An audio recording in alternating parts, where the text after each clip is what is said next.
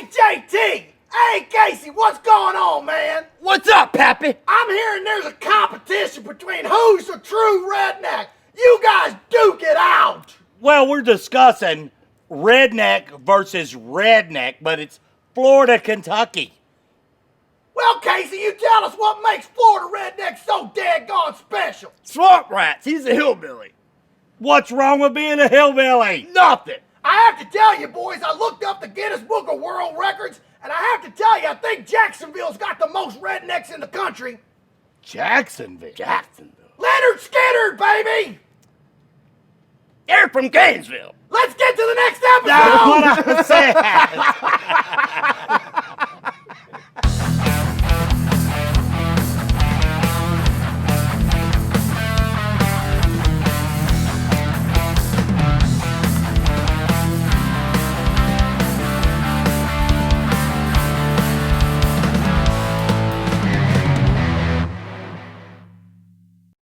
All right, New Mexico Jeep.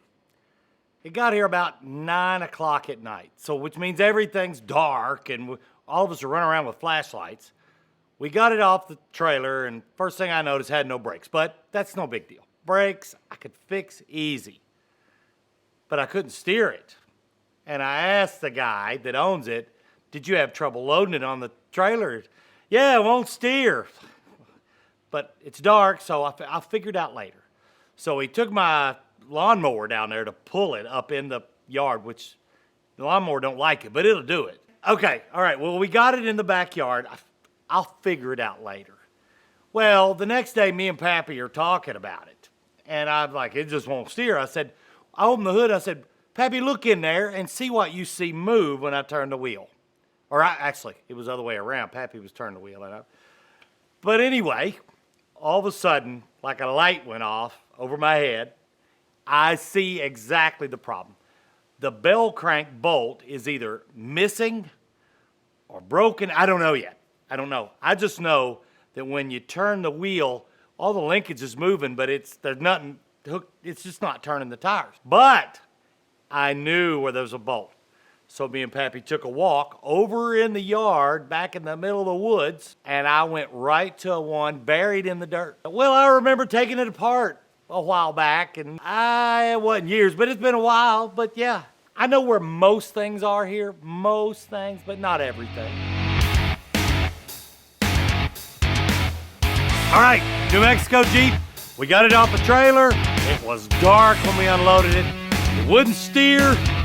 We figured it out, we got it in the yard, but hey, I'm gonna try to start it. So we changed the plugs, the cap, points condenser, rotor, and I'm trying to bump it around, and the cam on the distributor has 4 high sides. Trying to get it to the high side. Casey, bump it around.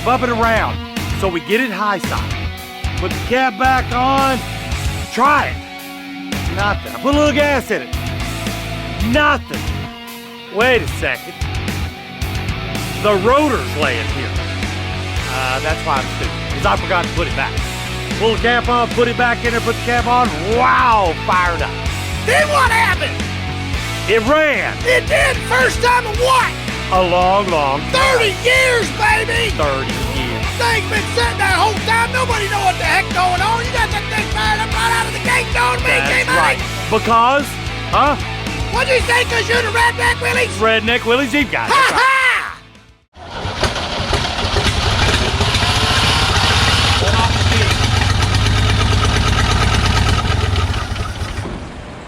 That's the first time this thing's run in 30 years.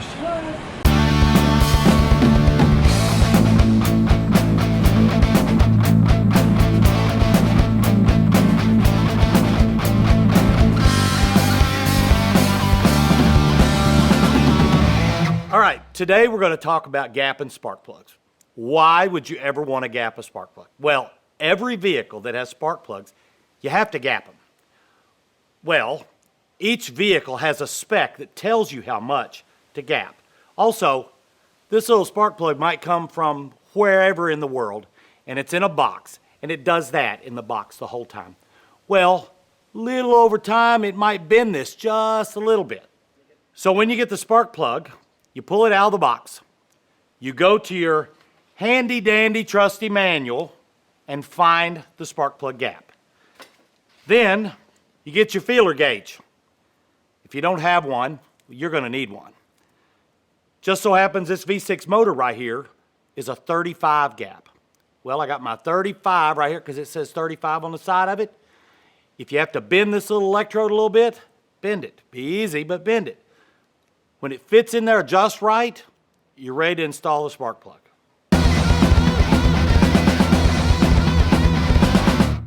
All right, well, this time we're going to talk about odd Jeeps. They might not be odd to some people. Some of them, there is a huge cult following for like a FC 150 or FC 170. They are, in my opinion, so ugly they're beautiful. They're cab overs, which means the cab's in the front. The motor's kind of next to you and kind of behind you. A strange looking Jeep, but a lot of people love them. They didn't make them a long time, but as I said, ugly but beautiful. They also made a fleet van, which is a strange looking thing. The post office used them. The military used some of the FCs. They made them 4-door. It was a M767. Beautiful thing. They also made a van version. I can't remember the number of it, but beautiful. But finding them is almost out of the question. And if you do find one, it's going to cost a lot of money. They made wagons, lots of different versions of wagons back then, different motors. And they made pickup trucks, which are not odd, but compared to the little open top Jeep, yeah, this is in the odd Jeep stuff.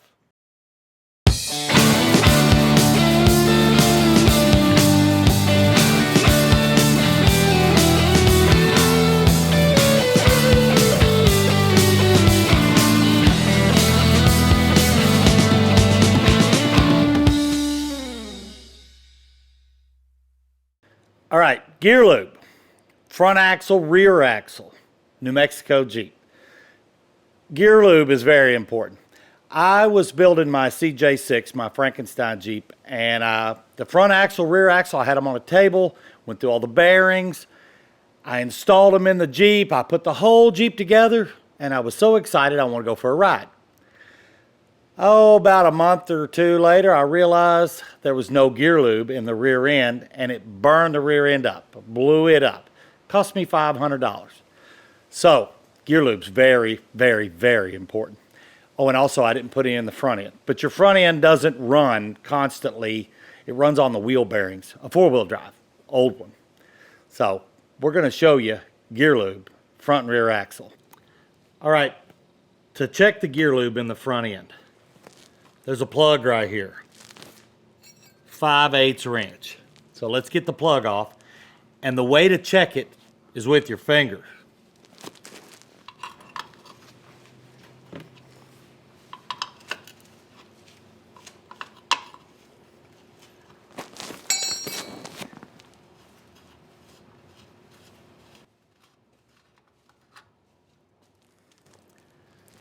Okay, well, I don't have to put any in it. It's full. Usually you would put your finger in the hole to see if you could feel the gear lube. If you can't feel it, you got to put gear lube in. But it looks like this one's full.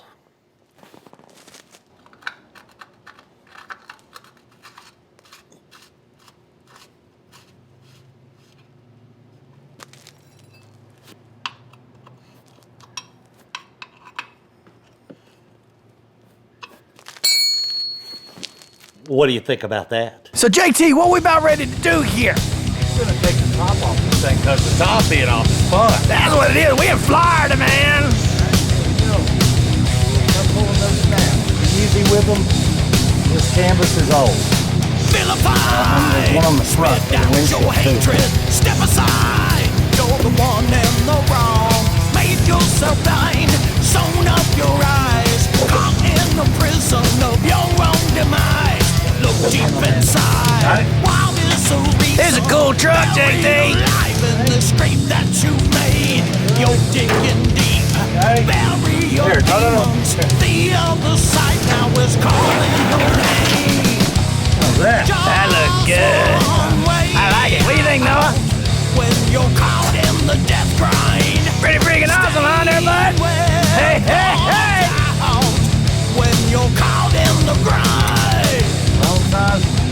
wrenches. Got the wrong side wrenches, JT. It's okay, you gonna fix that. Hey. You know what? He was in that TV show called The Mamas and the Papas. I don't know. The Mamas and the Papas. Maybe that was a band. Damn it, I don't know hell. That was a band with that big girl. Rolling. What's wrong with big girls? Nothing. Charity was lost in ambition and heresy. So what's that you taking out? Choice that you made. Reaching a voice when Hey, we like the top off. Look to the sky as you crawl from the ground. Look deep inside. What is the reason? What's that thing over there? Buried alive in the Look at state that bad boy. you made. You're digging deep. That's a trailer. Bury your demons. The other side now is calling your name. Just one What are we looking at, that footage? out. I don't know, man. Looks like glaster hide stuff, transport stuff, take stuff, or just look cool. Yes, sir.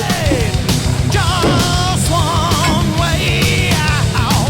When you're caught in the death grind, staying with your doubt. When you're caught in the grind, you keep on lying and I'll dig your grave. You will lie down with the choices you made. Bury your secrets, just not today. The other side now is calling your name. Tired of the bullshit, tired of the pain, tired of the voices that tell me I'm safe. No more excuses, just up to blame. The other side now is calling your name.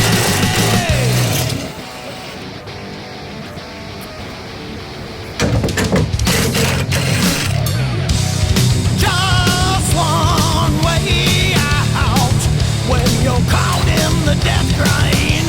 Staying love me with some your Tool. doubt when you're caught in the grind. Just one way out when you're caught in the death grind. Staying with your doubt when you're caught in the grind.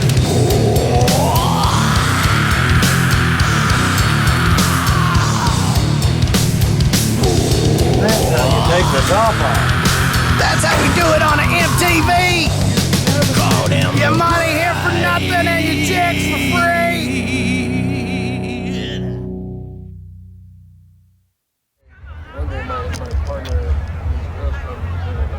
So JT, tell me, who is it you're talking to there? Randy. Hey, Randy. Hey, what you fellas talking about over there? Talking about Jeeps, and he works at a barbershop over close to my house. We talking about getting together and do a little show together, huh? That's right. That could be a lot of fun. All right, on, man. Y'all keep talking about Jeeps. Okay, we're gonna. Get her done. All right, JT, I heard you've seen this Jeep before. It's a 47 and 30. 1947? Yep. That's as old as you. That's, yeah. A little older than me.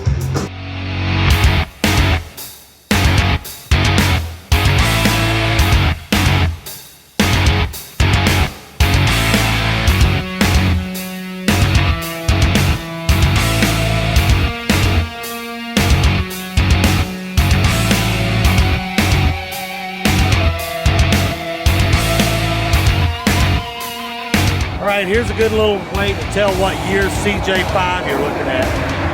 See how the fender has a little, this space right here is after 71. So 72 and later, they extended the front of the Jeep to accommodate AMC's straight six. So my CJ6 back there, this part goes straight into there. Shortest, 5 inches short.